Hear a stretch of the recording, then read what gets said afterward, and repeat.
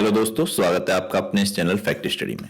आज की इस वीडियो में हम बात करेंगे बिहार शिक्षक भर्ती जो आई है आपकी फेज 2 में। इसमें आपकी 69,000 प्लस वैकेंसी है, 69,706 करीब वैकेंसी है, लगभग 70,000। तो इसके लिए मैंने आपको पिछले वीडियो में बताया था किस तरीके से मैं आपको प्रिपरेशन कराऊंगा। आप मेरे साथ इन वीडियोस के माध्यम से 40 नंबर अपने पक्के कर सकते हैं। मैंने आपको बताया था मैं आपको सामान्य अध्ययन, सामान्य जागरूकता वाला पार्ट कराऊंगा, जिसमें आपको करंट अफेयर्स के वीडियो भी दूंगा और जीके के वीडियो भी दूंगा। तो आप मेरे साथ अब तक नहीं जुड़े हैं तो प्लीज जुड़ जाइए, चैनल को सब्सक्राइब कर लीजिएगा, बेल आइकन को प्रेस कर लीजिएगा, जिससे कि आपकी 40 नंबर की बेहतरीन प्रिपरेशन हो सके। आज के इस वीडियो में मैंने क्वेश्चन जीके के ऐड किए हैं और कुछ करंट अफेयर्स के भी ऐड किए हैं। वैसे मैं करंट अफेयर्स की आपको 10 से 12 वीडियो अलग से प्रोवाइड कराऊंगा, जिसमें आपको पूरा बिहार शिक्षक भर्ती के लिए करंट अफेयर्स मिलेगा और अन्य वीडियो जो आएंगे वो जीके के लिए स्पेशल होंगी। तो ये क्वेश्चंस हैं, ये वीडियोस हैं, आप इनको देखिएगा और आप लास्ट में अपना फीडबैक दीजिएगा आपको ये वीडियो कैसी लग रही है। उसी तरीके से हम आगे आपके लिए वीडियो लेकर आएंगे, थोड़ा क्वेश्चंस की संख्या बढ़ा देंगे। आज की इस वीडियो में तो हमने 15 क्वेश्चन ऐड किए हैं। फर्स्ट क्वेश्चन है हमारा, बिहार विधानसभा परिषद में सदस्यों की संख्या कितनी है? तो बिहार विधानसभा परिषद में सदस्यों की संख्या है 75। ऑप्शन बी इसका राइट आंसर है। ये पहले झारखंड बिहार के अंतर्गत ही आता था, फिर ये अलग हो गया झारखंड बिहार से, तो उसके बाद इसमें संख्या 75 हो गई। पहले जो बिहार विधान परिषद में संख्या थी वो 96 थी, तो ये भी आपको ध्यान रखना है। 2000 के बाद यहां पर 75 हो गई है, झारखंड बिहार से अलग हो गया। नेक्स्ट क्वेश्चन है, पटना उच्च न्यायालय ने कब तक बिहार और उड़ीसा प्रांत के क्षेत्रों पर अधिकार क्षेत्र का प्रयोग किया? पटना उच्च न्यायालय ने कब तक बिहार और उड़ीसा, आपको मालूम है अंग्रेज का शासन था उस टाइम, उन्होंने ये दो प्रांत बनाए थे, बिहार और उड़ीसा। तो पटना उच्च न्यायालय ने बिहार और उड़ीसा प्रांत के क्षेत्रों पर अधिकार क्षेत्र का प्रयोग 1948 तक किया, 1948 तक। ये कुछ पटना उच्च न्यायालय से जुड़े हुए कुछ पॉइंट ऐड किए हैं मैंने। ये विशेष पॉइंट होते हैं, ये हमारे आपको मालूम है वीडियो में रहते हैं, ये बहुत लाभदायक होते हैं आपके एग्जाम के लिए। तो इनको आपको सभी पॉइंट्स को पढ़ना है, वीडियो को पॉज करना है, 10 सेकंड लगेंगे, पढ़ना है। और मैं आपको भी बताता चलता हूं, जैसे कि यह है 9 फरवरी 1916 को स्थापित किया गया था पटना उच्च न्यायालय। तो अभी पूछा जाए कि पटना उच्च न्यायालय कब स्थापित किया गया था, तो 9 फरवरी 1916 को। बाद में भारत सरकार अधिनियम 1915 के तहत संबंध किया गया, भारत सरकार अधिनियम 1915 के तहत इसको फिर जोड़ा गया। तो ये आपको पॉइंट बहुत ध्यान से पढ़ने हैं सभी के सभी। पटना उच्च न्यायालय ने 26 जुलाई 1948 तक बिहार और उड़ीसा प्रांत के क्षेत्रों पर अधिकार क्षेत्र का प्रयोग किया। ये देखो, ये क्वेश्चन से जुड़ा हुआ ये पॉइंट है, ये सेम टू सेम क्वेश्चन वाला मिल गया। इसी तरीके से ये पॉइंट में आपको क्वेश्चंस मिलते रहेंगे, आप पढ़ते रहेंगे, बार बार जितना रिपीट कर लेंगे आप उतना ही आपको क्वेश्चन पक्का हो जाएगा, उतनी इजीली फिर पेपर को आप सॉल्व कर ले जाएंगे। तो ये आपको हो गया। 1972 में पटना उच्च न्यायालय ने रांची में एक सर्किट बेंच खोली। तो पूछ लिया जाएगा पटना उच्च न्यायालय ने रांची में सर्किट बेंच कब खोली, तो 1972 में। ये आपको ध्यान रखना है। जब झारखंड अपनी राजधानी के रूप में रांची के साथ एक अलग राज्य बन गया, तो रांची में पटना जब न्यायालय की स्थायी पीठ बिहार पुनर्गठन अधिनियम 2000 के तहत नवंबर 2000 में झारखंड उच्च न्यायालय बन गया, फिर झारखंड का उच्च न्यायालय अलग बन गया। तो ये आपको ध्यान रखना है, ये सभी पॉइंट आपको पढ़ लेने हैं, वेरी वेरी इंपॉर्टेंट पॉइंट है, मैंने बड़ा मेहनत से ये पीपीटी आपके लिए तैयार की है। नेक्स्ट क्वेश्चन है, चार्ल्स स्टुअर्ट बेली को कब बिहार और उड़ीसा राज्य के लेफ्टिनेंट गवर्नर बनी थी? ये 1912 में बनी थी, 1 अप्रैल 1912 को। पहले तो ये आपको मालूम है लेफ्टिनेंट गवर्नर के द्वारा ही शासन चलता था अंग्रेज शासन में, तो 1912 में ये बिहार और उड़ीसा प्रांत बने थे। उस समय ही इनको लेफ्टिनेंट गवर्नर बनाया गया था बिहार का, चार्ल्स स्टुअर्ट बेली। इंपॉर्टेंट नाम है ये, एग्जाम के लिए ध्यान रखना है। जैसा कि यहां पर लिखा है 1912 में बिहार विधानसभा परिषद का गठन हुआ। 12 दिसंबर 1911 को भारत सरकार द्वारा बिहार और उड़ीसा को एक नया प्रांत बनाया गया, मैंने आपको बताया। भारत सरकार अधिनियम 1919 के अनुसार 1920 में बिहार और उड़ीसा को राज्यपाल प्रांत घोषित किया गया। 1912 में विभिन्न श्रेणियों से संबंधित कुल 43 सदस्यों वाली बिहार विधान परिषद का गठन हुआ। अभी हमने बताया बिहार विधान परिषद में 75 सदस्य, सर्वप्रथम इसमें 43 सदस्यों वाली बिहार विधान परिषद का गठन हुआ था। तो ये आपको ध्यान रखना है। तो इसी तरीके से ये सभी पॉइंट आप पढ़ते रहें। बिहार विधान परिषद का गठन किस अधिनियम द्वारा किया गया? अभी ये क्वेश्चन आया था, बिहार विधान परिषद का गठन किस अधिनियम द्वारा किया गया था? 1912 के। तो ये भारत सरकार अधिनियम 1912 द्वारा बिहार विधान परिषद का गठन किया गया। ऑप्शन बी इसका राइट आंसर हो जाएगा क्वेश्चन नंबर 4 का। निम्नलिखित में से कौन सा कथन बिहार विधानसभा के संबंध में गलत है? इस तरीके के क्वेश्चन भी एग्जाम में पूछे जाते हैं, इसीलिए ऐड किए हैं। तो फर्स्ट ऑप्शन है बिहार विधानसभा में कुल 243 सीटें हैं, तो ये तो राइट है। विधानसभा के सदस्य सीधे जनता द्वारा चुने जाते हैं, तो राइट है, विधानसभा के सदस्य तो सीधे जनता द्वारा चुने जाते हैं, जनता वोट करती है तब विधायक बनते हैं। बिहार विधानसभा स्थायी निकाय नहीं है और विघटन के अधीन है, ये तो आप सभी को पता है, ये स्थायी निकाय नहीं होता है, विघटन हो सकता है इसमें कभी भी। तो ऑप्शन डी इसका राइट आंसर हो जाएगा, इनमें से कोई नहीं, क्योंकि ये सभी कथन सही हैं, ऑप्शन ए बी सी। और यहां पर क्वेश्चन में पूछा गया है कौन सा कथन गलत है, तो आपको मालूम है इसमें से कोई सा कथन गलत नहीं है, तो इनमें से कोई नहीं, ऑप्शन डी ये राइट आंसर हो जाएगा।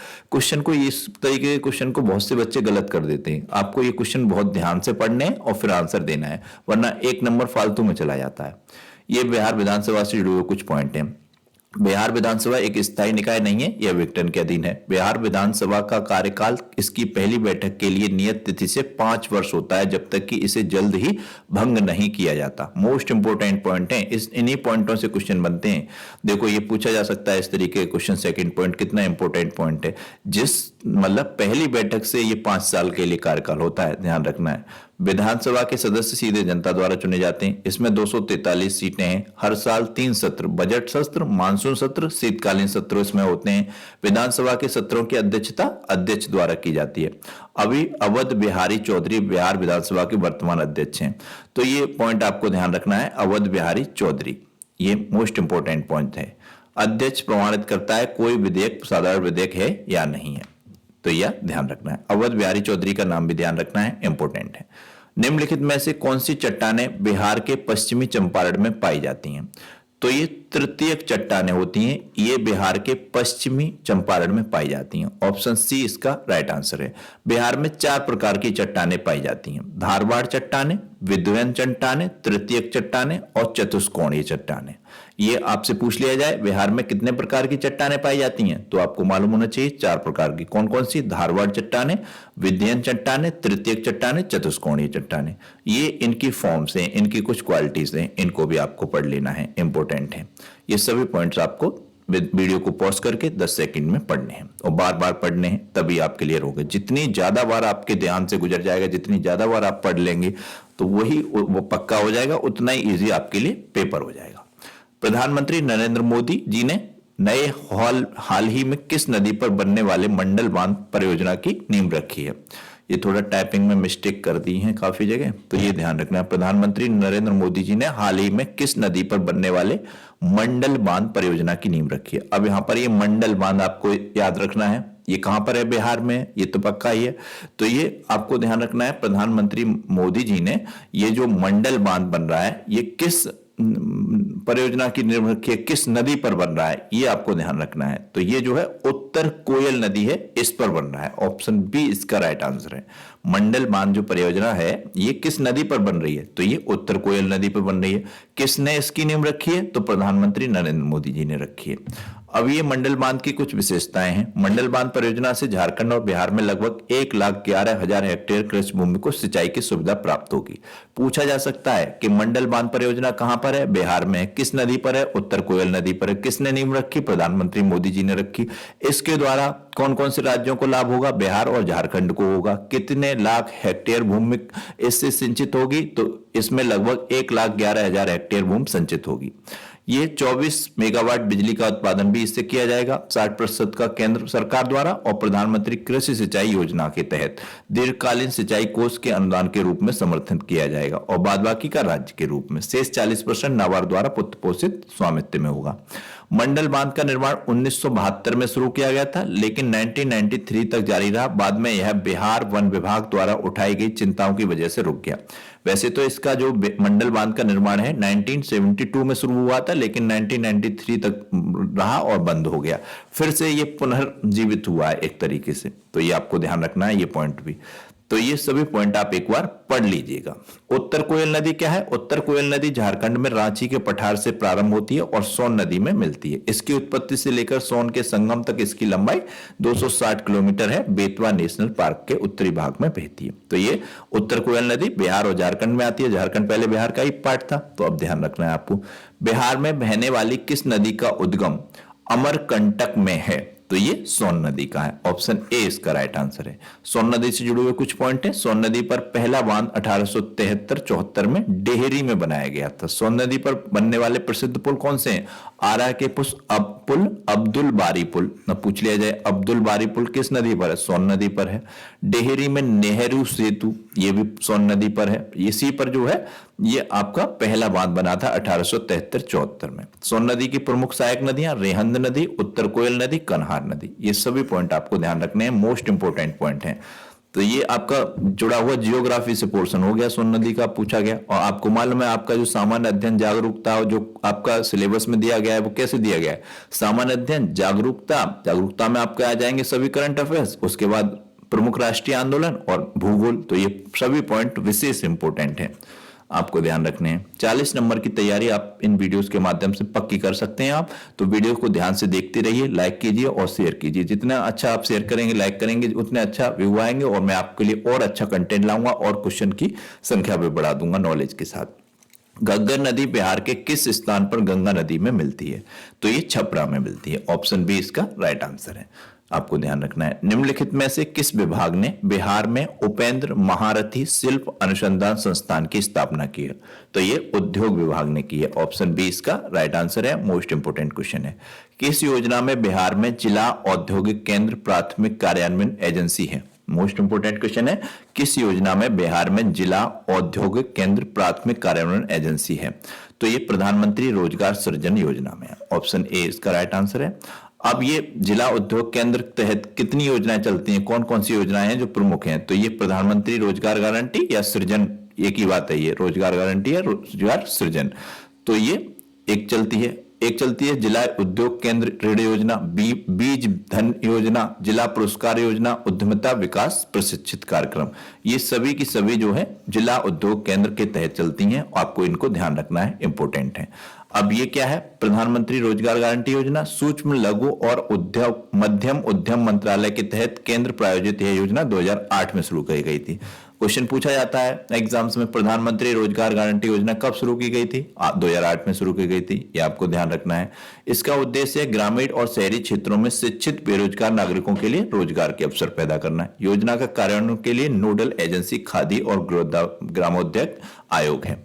अब इस पूछ लिया जाए कि इस योजना के कार्यान्वयन के लिए कौन सी एजेंसी है? तो ये आपको ध्यान रखना है, खादी और ग्रामोद्योग आयोग। ये सभी पॉइंट बहुत अच्छे से बहुत रिसर्च करके ऐड किए गए हैं, इनको आपको ध्यान रखना है और एक एक पॉइंट को पढ़ता है।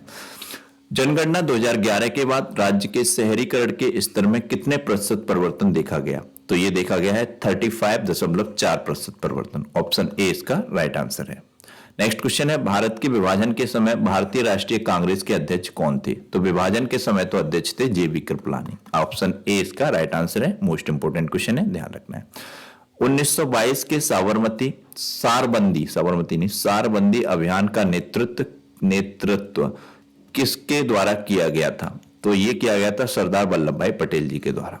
ये था किसान कर न देने का प्रति ये आंदोलन था। सारबंदी अभियान जो था इसमें था कि किसान जो कर लगता था अंग्रेज जो लेते थे वो नहीं देना चाहते थे, उस कर का विरोध कर रहे थे, उसी के रिलेटेड था ये सारबंदी अभियान।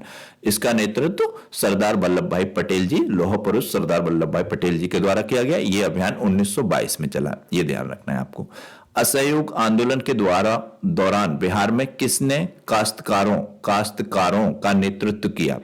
तो ये स्वामी विद्यानंद ने किया। असहयोग आंदोलन के दौरान बिहार में किसने काश्तकारों का नेतृत्व किया? तो ये स्वामी विद्यानंद ने किया। किसान नेता स्वामी विद्यानंद असहयोग आंदोलन के प्रबल समर्थक थे, जिन्होंने पहले ही किसानों के साथ असहयोग का प्रचार करने वाले प्रांत का दौरा किया।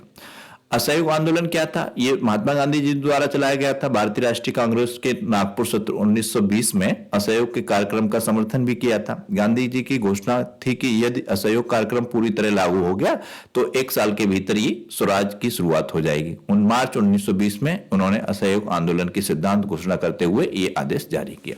तो ये असहयोग आंदोलन से जुड़े हुए पॉइंट हैं, इनको आपको पढ़ लेना है।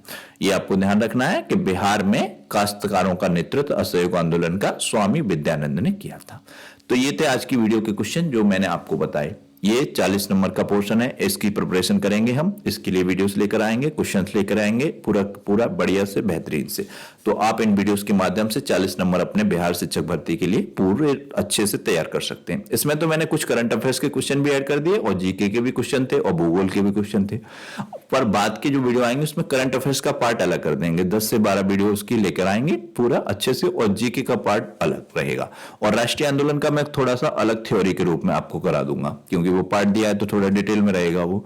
तो इस तरीके से प्रिपरेशन रहेगी। ये एक क्वेश्चन है जिसका आंसर आपको कमेंट बॉक्स में बताना है। निम्नलिखित में से कौन सा राष्ट्रवादी समाचार पत्र नहीं था? 4 ऑप्शन दिए गए हैं, आप प्लीज इनमें से आपको राइट आंसर बताना है। आपको नहीं आता है तो आप बता दीजिए कि आपको इसका आंसर नहीं पता है, तो कमेंट बॉक्स में राइट आंसर मैं आपको बताऊंगा। अगर आप गलत आंसर भी करते हैं तो उसका भी राइट आंसर कमेंट बॉक्स में मैं आपको दूंगा। तो प्लीज इसका आंसर जरूर कीजिएगा, और वीडियो आपको कैसी लगी कमेंट बॉक्स में बताइएगा, और वीडियो को लाइक कीजिएगा, शेयर कीजिएगा। चैनल को सब्सक्राइब नहीं किया है तो प्लीज सब्सक्राइब कर लीजिएगा, बेल आइकन को प्रेस कर लीजिएगा। Thank you so much.